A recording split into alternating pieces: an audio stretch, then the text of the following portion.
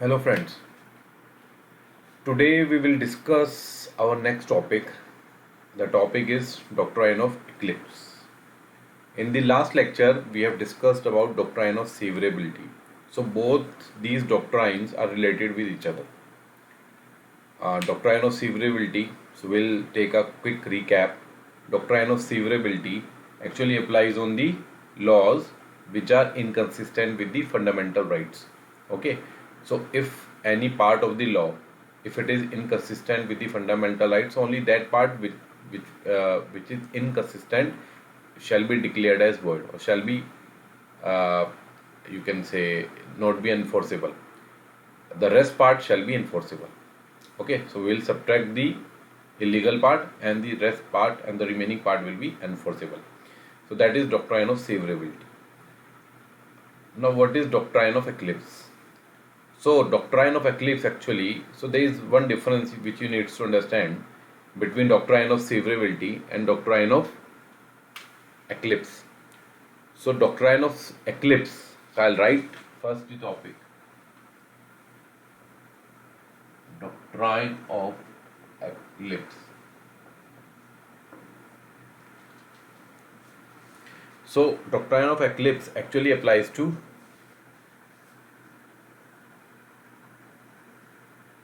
pre-constitution laws.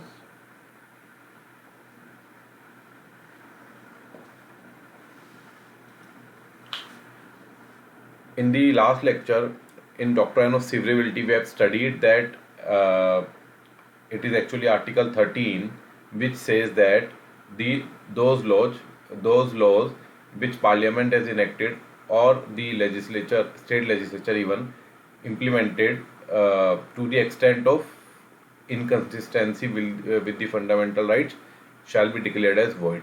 ठीक है. So that is actually a article. So there are actually two clauses. Article 13.1 and Article 13.2. So this 13.1 applies to pre-constitution laws, and 13.2 applies to post-constitution laws. So हमारा constitution कब बना था? You already know that it has been adopted on 26 January 1950. 26 जनवरी 1950 को, है ना? तो जो भी कानून ऐसे हैं जो 1950 से पहले हैं, पहले बने थे, so those comes under the coverage of Article 13.1, and those laws which is formed by the enacted by the Parliament after adoption, our constitution has been adopted. So those laws comes under the purview of Article 13.2. ठीक है. So this is pre-constitution laws. So here we will apply doctrine of eclipse, and here we apply doctrine of severability.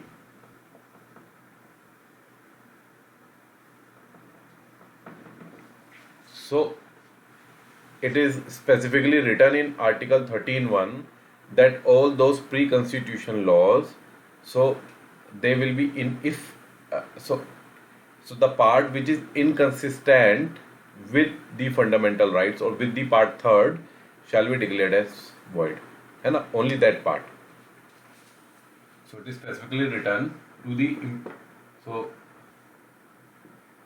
the, if for example this is the law, and this part, ठीक है, this part if it is inconsistent with the fundamental right, inconsistent है, तो ये हमारा void हो जाएगा, and rest will be enforceable. That is written in Article 13. But there is a difference between pre-constitution laws and post-constitution laws. Now in pre-constitution laws we will apply doctrine of eclipse. ठीक है. अब doctrine of eclipse क्या कहता है? Doctrine of eclipse कहता है कि जो part in contravention with the fundamental rights है, ठीक है ना, मान लीजिए पूरा कानून है, and this part if it is in contravention inconsistent with the fundamental rights, so this part will not be declared as void, ये void नहीं होगा. So it will not be void ab initio. अब void ab initio मतलब starting से void नहीं होगा, मतलब void नहीं माना जाएगा वो, but this will be put into dormant state. ये डोरमेंट स्टेट में भेज दिया जाएगा और अनएनफोर्सेबल होगा. Yeah, you can write inenforceable. You can write unenforceable. So this part will go into dormant state and will be unenforceable, but will not be declared as void. While, as per Article 13(2), the post-constitution laws, if it is in contravention with the fundamental rights, so the part will be declared as void and the rest part shall be enforceable. Severe कर दिया, उसको आपने separate कर दिया.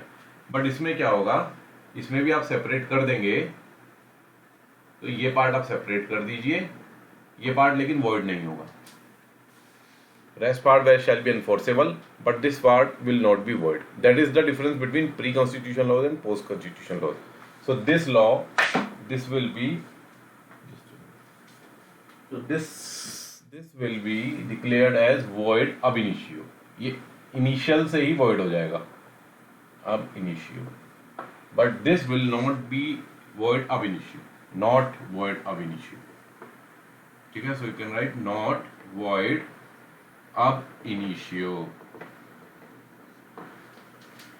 So that shall go into dormant state. Dormant state में चला जाएगा ये कानून. ठीक है, कब तक चला जाएगा? ये तब तक जाएगा जब तक जो फंडामेंटल राइट्स का ये वायलेट कर रहा था वो फंडामेंटल राइट्स ही आप अमेंड नहीं कर देते. तो आप या तो फंडामेंटल राइट्स को रिमूव कर दें, डिलीट कर दें, या आप फंडामेंटल राइट को अमेंड कर दें. तो जिस फंडामेंटल राइट को ये वायलेट कर रहा था, अगर वही fundamental right, if that fundamental right has been amended or has been removed, then this severed part of the law shall be enforceable again automatically. ये automatically enforceable हो जाएगा this part, but here it shall not be enforceable. अगर ये void हो गया तो void हो गया, it shall not be enforceable. अगर आपने फंडामेंटल राइट को ही अमेंड कर दिया, जो कि गवर्नमेंट, जो कि बेसिक स्ट्रक्चर का पार्ट नहीं है, अगर उसको छोड़ के आपने कोई फंडामेंटल राइट को अमेंड किया, तो आपको दोबारा कानून ऐसा लेकर आना पड़ेगा. But here the law shall go into dormant state and when the fundamental right get amended, the law shall be active again. So this is the difference between the doctrine of eclipse, and because it applies to pre-constitution laws, while severability applies to post-constitution laws. But here also it applies to pre-constitution laws, but in a different sense. Here the separated part becomes dormant, but here the separated part has to be removed. Otherwise the entire law will become inactive or will become invalid. ठीक है, एक तो ये चीज़ है. Second, मैं इसको इस तरीके से भी मतलब इसको एक केस स्टडी के थ्रू हम समझते हैं डॉक्ट्राइन ऑफ एक्लिप्स को.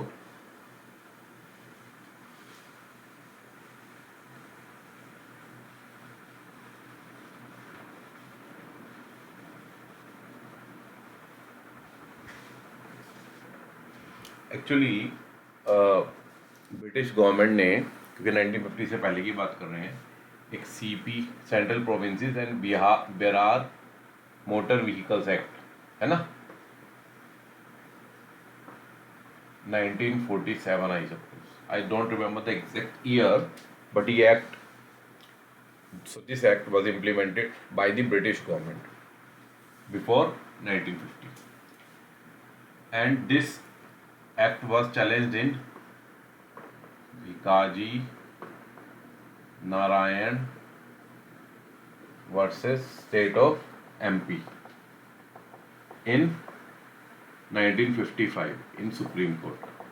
सुप्रीम कोर्ट में चैलेंज हुआ ये कानून.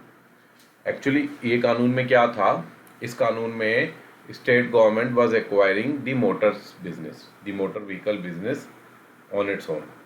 तो जो मोटर व्हीकल बिजनेस है उस पर्टिकुलर प्रोविंसेस का, so it gives the authority to the state government to acquire and run the motor business on its own to the with the exclusion of the private operators or the other operators.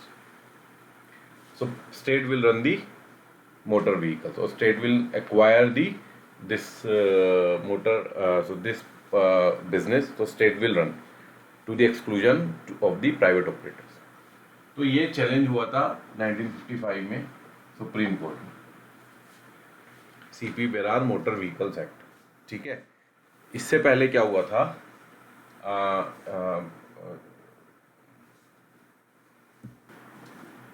So this act was challenge in Supreme Court in 1955।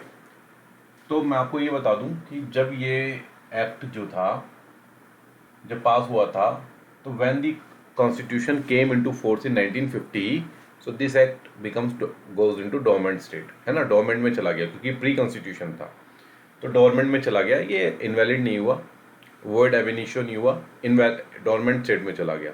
जैसे volcano dormant state में चला जाता है, कभी भी active हो सकता है, उसी तरीके से आप समझें एक्टिव पैसिव डोरमेंट। डोरमेंट मतलब कि it can become active at any point of time in future. तो 1950 में ये डोरमेंट हो गया, सो 1947 में एक्टिव था, 50 में डोरमेंट हो गया, टिल 1951 तक ये डोरमेंट रहा। 1951 में ये एक्टिव हो गया अगेन। कैसे? 1951 में government and parliament has acted actually amended article 19 में कुछ अमेंडमेंट किया था, और 19(1)(g) उसमें ऐड किया था। 19(1)(g) उसके माध्यम से parliament central government can take over any business to the exclusion of the public, general public, private services. तो कोई भी बिजनेस में, सर्विसेज में या किसी भी चीज़ में government can occupy any business और can occupy any occupation to the exclusion of the public, general public and private people, ठीक है। तो जब उसने एक्सक्लूड कर दिया और गवर्नमेंट को ये राइट मिल गया, फंडामेंटल राइट अमेंड हो गया, तो फंडामेंटल राइट ने, यानी कि जो फंडामेंटल राइट जो वायलेट हो रहा था पहले 1950 से, वो 51 तक वायलेट होता रहा, बट 51 में जब ये अमेंड हो गया, तो ये जो एक्लिप्स था, डॉक्ट्राइन ऑफ एक्लिप्स, जो एक्लिप्स किया हुआ था फंडामेंटल राइट ने, ये एक्लिप्स खत्म हो गया। तो क्या हुआ, ये अगेन एक्टिव हो गया, यानी कि ये जो है एक्टिव हो गया 1951 में ऑटोमेटिकली। तो जब ये चैलेंज हुआ 1955 में सुप्रीम कोर्ट ने, तो सुप्रीम कोर्ट ने अपहेल्ड कर दिया इस एक्ट को, क्योंकि सुप्रीम कोर्ट ने कहा कि 1951 में क्योंकि constitution parliament has amended, so this part has become active again. तो 1955 में it was upheld.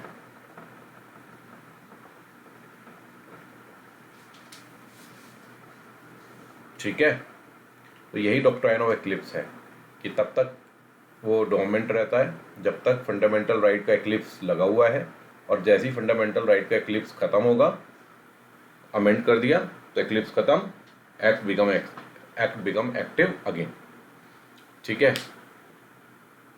And one more point thing कि these fundamental rights are available to citizens. So citizens के लिए डेफिनेटली कोई भी अगर आप राइट ऑब्वियसली वायलेट होता है, अगर कोई भी फंडामेंटल राइट, तो डोरमेंट रहेगा till the fundamental right is amended.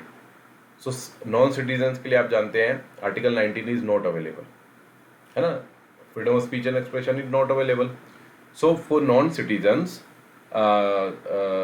This particular means doctrine of eclipse कहता है कि क्योंकि फंडामेंटल राइट्स नॉन सिटीजन्स को अवेलेबल ही नहीं है, तो कोई भी कानून ऐसा है जो उनके फंडामेंटल राइट को वायलेट करता है, वो कभी भी डॉक्ट्राइन ऑफ एक्लिप्स के अंडर में नहीं आएगा, अगर वो 19 को वायलेट करता है। अगर उनको अवेलेबल है, जैसे 21 is available to them, 20 is available to them, so उसमें तो ऑब्वियसली वो डोरमेंट चला गया है 1950 से ही। लेकिन जो फंडामेंटल राइट 19 को अवेलेबल ही नहीं है, तो 1950 तो कोई भी कानून ऐसा जो उनके फंडामेंटल राइट ऑफ 19 को वायलेट करेगा, वो डोरमेंट नहीं जाएगा होगा। So for non-citizens, because Article 19 is not available, so doctrine of eclipse applies to all those laws which violate their freedom of speech and expression. तो eclipse जो होगा, eclipse means eclipse will not, वो dormant नहीं होगा, वो जो कानून है वो, so the part will be active, वो एक्टिव ही रहेगा 1950 के बाद भी, क्योंकि उनको फंडामेंटल राइट अवेलेबल ही नहीं है।